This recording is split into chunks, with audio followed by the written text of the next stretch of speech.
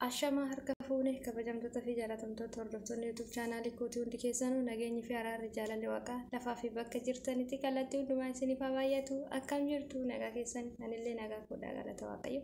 Isinbee akkam jirtu? Anis jira rabbitti haa tolu. Egaa deebi'een dhufeen jira. Har'a viidiyoon ani qabadhee isinii dhufe. Yeroo baay'ee manaan ba'u weettu yeroo madaamiin koo ala keessa deemtu san akka ijoollee biraa san mana keessa tan oola waan ta'eef ba'ee ishee wajjin iddoo bashannanaa minaaminaan deemu na dhiyoota na ba'een ture yookaan ba'u gara baadiyyaatti baane weettu gara baadiyyaatti gaafa baanu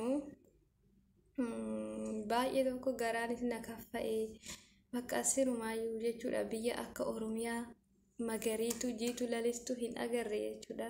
Biyyi kun namni ishis lafni ishis dhagaadha. Lafni ishis dhagaadhaan kan haguugamte hanga deemnu kana sa'aatii baay'eedhaaf irra deemne jechuudha. Lafa magariisa nagarre dhagaa qofa. Kana viidiyoo gabaabduu wayii waraabeen ture. Baay'ee tokkoon gammada garuu Oromiyaa keessatti dhalachuu kootiif baay'een ofitti gammade. Garuu mootu yeroo asii gara baadiyyaa biyya kanaatti deemnu bakka akka waan biyya biraa deemee sanitti garaan na kaffaa jechuudha. Yoon baadiyyaa dhaqe waan lafa magariisa qilleensa mijataa fa'aa argu natti fakkaata garuu qilleensi mijataan akka Oromiyaa hin jiru. Lafni isaas dhagaa qofa kan haguugamedha. Biyyeen isaa biyyee akka keenyatti miti ashawaa qofa. Kanaaf Oromiyaa keessatti dhalachuu keessanitti ofitti gammada. Biyya ormaa keessa warra jirtan tarii akka kiyyaa akka carraa haala baatanii tooniin baadiyyaa keessa yeroo deemtan dhagaa qofa baay'ee tokko ofis nama jibbisiisa. Biyya akkanaa tan jiraadha nama jechisiisa. Hundaafuu homaa miti. Guyyaan immoo nuti gallee qilleensa keenya mijataa keessatti gammannee jiraannus ni dhufa waan ta'eef. Kanaaf viidiyoo sanan isin daawwachiisee deebi'a ni ilaaltu haala jireenya biyya kana.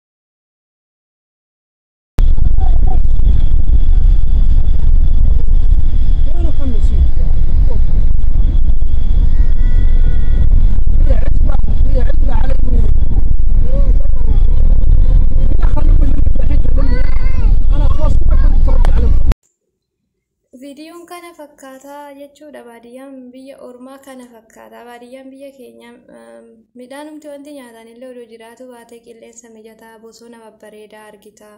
Mukkeen garagaraatu jira. Sammuun kee baay'ee si bashannana yeroo gara baadiyyaa deemtu jechuudha. Garuu biyya kanatti lafni ishii dhagaa, namni ishii dhagaa. Qilleensumallee qilleensa gaarii gara baadiyyaattis baatee hin argamtu. Kanaaf Oromiyaa keessatti dhalachuun koo baay'ee tokko ofitti na gammachiisa. Oromoo ta'ee dhalachuun kootis baay'ee na boonsa. Kanaaf biyya keessan ittiin boonaa yoomiyyuu Oromiyaadhaan boonaa hin jedha. Biyyi akka Oromiyaa hin jiru sirumaayyuu. Oduu wanti nyaatamus wanti dhugamus dhabame qilleensi keenyayyuu soorata caala jechuudha. Garuu biyya kana ani ba'ee toon inni baay'is akkasitti hin deemu. Garuu yoo laalu dhagaa qofa lafni isaa maali biyya akkanaa hin jedhu. Nu biyya akkasii keessaa baanee achitti dhalannee guddannee biyya ormaa arguun kun baay'ee tokko gaariidha. Maaliif biyya keenya yoo san jaalannaa idaa biyya akka keenyaa hin jiru jenna yoo san ofiin boonna jechuudha. Biyya keenya keessatti Oromiyaa keessatti dhalachuu yeroo san itti gammanna jechuudha. Akkatti ba'aniitis biyya ormaa arguun gaariidha. Kana hanganumana viidiyoo kana sin daawwachiisa jedheeti warri mootuu mana keessa qofa ooltan kushiinaa ooltan baati ilaala. Baadiyyaan ormaa waan fakkaatu keenya yeroo gara baadiyyaa deemte midhaan garagaraa karaa irratti argita. Mukkeen gosa garagaraatu jira. Qilleensa mijataatu jira. Biyya kana garuu dhagaa qofa ishiin kana haguugamtee jirtu. Makiina irraayis hoggaa buutee lafa deemtu ishiin ashawaadha lafni ishii. Kanaaf ofitti gammadaa hin jedha Oromiyaa keessatti dhalachuu keessaniif. Midhaanis odoo waan nyaannuuf dhabne nuti qilleensa gahaa arganna. Mukkeen garagaraati olaalla bineensota garagaraa olaalli sammuun keenya nu bashannana waan ta'eef. Kanaafuu Waaqayyo mootuu hunda keenyayyuu akka biyyaa baanetti biyya ormaatti nu hambisiniiti nagaan qilleensa keenya san keessatti gallee qilleensa keenya mijataa san akka sooramnu Waaqayyo nu haa taasisu. Hunda keenyayyuu bakka jirrutti nu faana yaa ta'u biyya keenyas nagaa nuuf haa godhu. Waliigaltee nuuf haa kennu. Hundi keessanuu jabaadhaa. Kan mana madaamii jirtanis hojii keessanitti jabaadhaa. Hin dhiphatinaa, of hin dhiphisinaa, hin yaadinaa, hin yaadda'inaa. Bakka jirtanitti Waaqa walii kadhaa. Namni qaamanis wal bira jiraatee wal jajjabeessuu baatu. Yaada wal bira jiraadhatii wal quba qabaadhaa. Wal jajjabeessaa.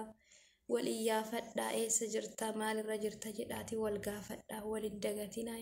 Wal quba qabaadhatii harka wal qabaa wal tattaafachiisa isiniin jedha. Mootuu jireenya biyya ormaa kana keessaa guyyaan nuti gallee biyya keenya keessatti boqannee tooniniin kolfinee gammannus ni dhufa waan ta'eef jabaadhaan isiniin jedha. Kana viidiyoon koo kana fakkaata nagaan naaf tura.